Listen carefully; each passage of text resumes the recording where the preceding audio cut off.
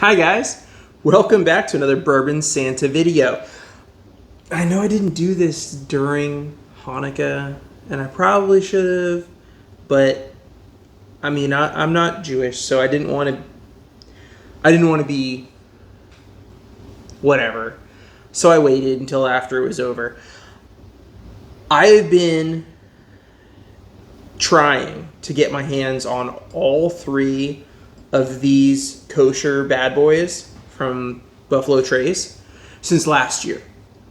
And most of the time I'd find them way overpriced, $200 a bottle, whatever. And so I've had a couple of the rye recipe because I did end up finding those at a reasonable price and absolutely loved it. And I almost got a wheat, but then I had other things I needed to buy, so I was like, I'll come back. And when I went back, it was gone. And I've never been able to get my hands on a straight rye. For whatever reason, that's the rarest one here, at least in my area. So last year, I was only able to get this one. And this year, I was able to get all three. So I can do the official 2021 Buffalo Trace Kosher, the whole kit and caboodle, and see how it goes. So we're going to do the wheat first. This is the wheat, this is the rye recipe, and this is the straight rye. So they're all 94 proof. They're all certified kosher. They are different than the traditional two main recipes for Buffalo Trace. So let's dive in. Now, how different this is from Weller, I'm going to explore that in a separate video. I'm going to do a separate video checking out the differences between the wheated and the Weller, and we'll see about that. But for now, let's dive into this thing. Not super leggy. Oh, but it smells great. Wow. So much better than Weller Special Reserve, which is, I think, 80 proof. This is 94. So this is obviously not as high as 107, but this is way better than the Weller Special Reserve. Vanilla, caramel, fruity, sweet. A little bit of oak. Lots of vanilla. Lots of vanilla. Oh, let's taste that.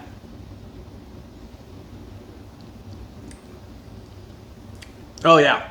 Fruit and vanilla and oak on the palate. And not even really that spicy. For a wheat, this doesn't come across very spicy to me, like most wheats do. So that's interesting.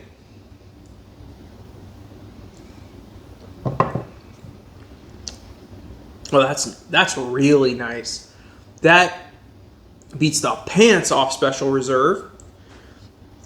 Is it better than 107? I don't know. We'll test that theory. But dang, is that nice. It's a little leggier than I thought. It's weird. Sometimes when I first pour a glass, it doesn't look very leggy. And then after I mess with it for a few minutes, it gets all leggy all of a sudden. Anyway, this is the rye recipe. So this is a high rye bourbon. I don't know why they're bothering to call it a rye recipe.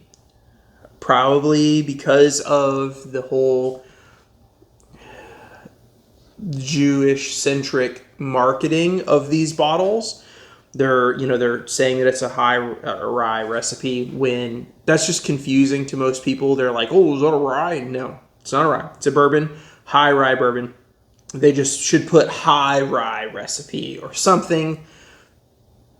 High rye bourbon, whatever. I don't like the name of this one. That doesn't make any sense.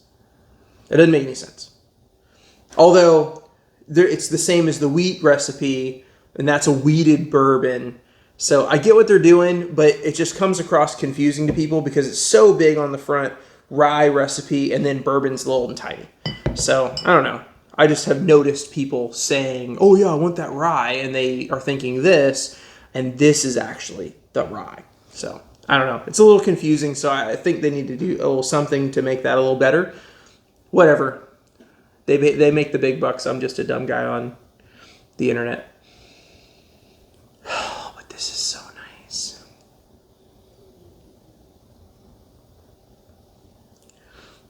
I honestly think this is one of the best bourbons that Buffalo Trace puts out. This beats the pants off regular Buffalo Trace. Now, obviously, it's not packing the heavyweight guns proof-wise to go up against Stag Jr. or anything like that. But I do think that it is better than most of Mash Bill 2. The only one that really gives it a hard competition is Rock Hill Farms, which is, the higher proof version. Now, of course, Blanton straight from the barrel is going to obliterate pretty much anything because of what it is. But this is regular Buffalo Trace turned up to $1 million. Now, value-wise, regular Buffalo Trace, if you're finding it at retail, you're paying $25. And this is over $100. So, value-wise, is it worth $100 more than regular Buffalo Trace? No. No, it's not.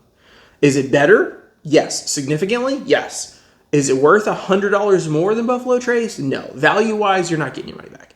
You're buying these because you want them. You're not buying these because they're a good value. But dang, is it good.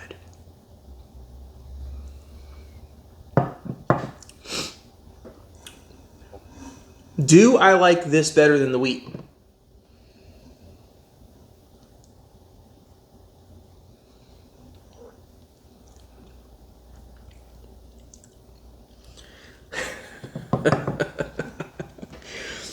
If you had asked me before I started shooting this video which of these was going to be my favorite, I would have said Rye Recipe.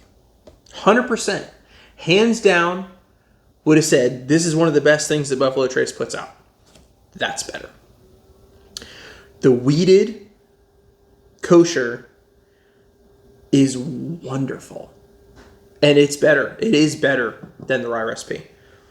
That makes me sad because I've got like 2 of these left from last year. I wish I had found more of these. Dang. No wonder they're harder to find. That is better. That is a better version.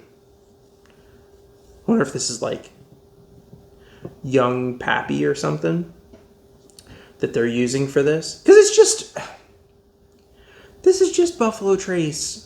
They're probably using something slightly different mash bill, slightly different maturation, slightly different barrel. It could be anything to differentiate these from others. I mean, they already have a high rye, which is mash bill 2. Now, when I've compared this to the other mash bill 2 offerings, I do get a difference there.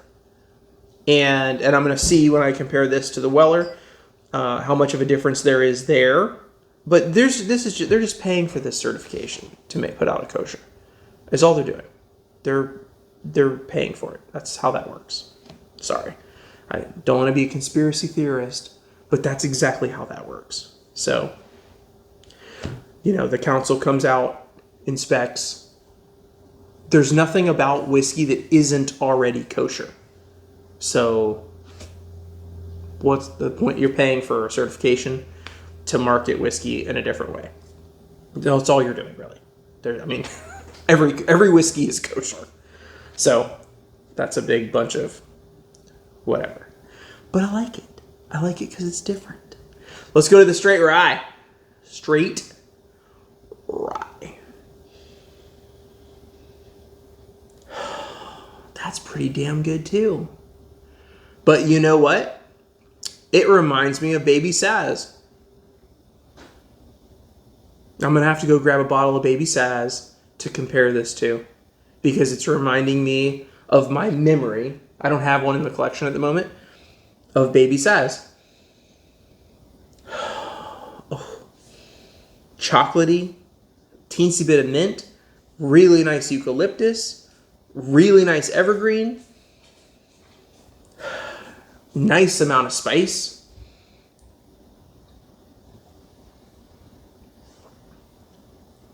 Oh, that's nice. That's a nice rye. Dang. Oh, I'm excited about that. That is a beautiful rye. Oh.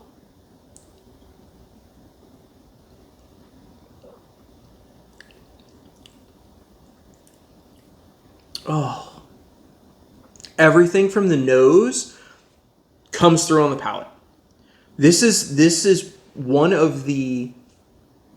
This is a whiskey that has one of the biggest correlations from nose to palate, where what you smelled is exactly what you get. Wow, that's trippy. There's like almost no difference between the nose and the palate. Maybe slightly more wood on the nose than on the palate.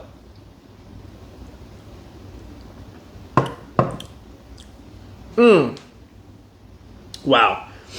That almost tastes finished.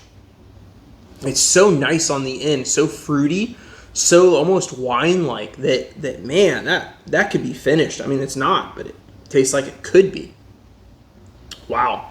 Okay, so judging by how much I drank of each, I have to say that the straight rye was my favorite.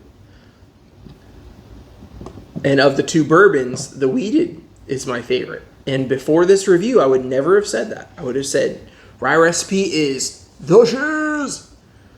But now, having tasted all three together, wow. Well, that's interesting and impressive and depressing all at the same time, because they're hard to find.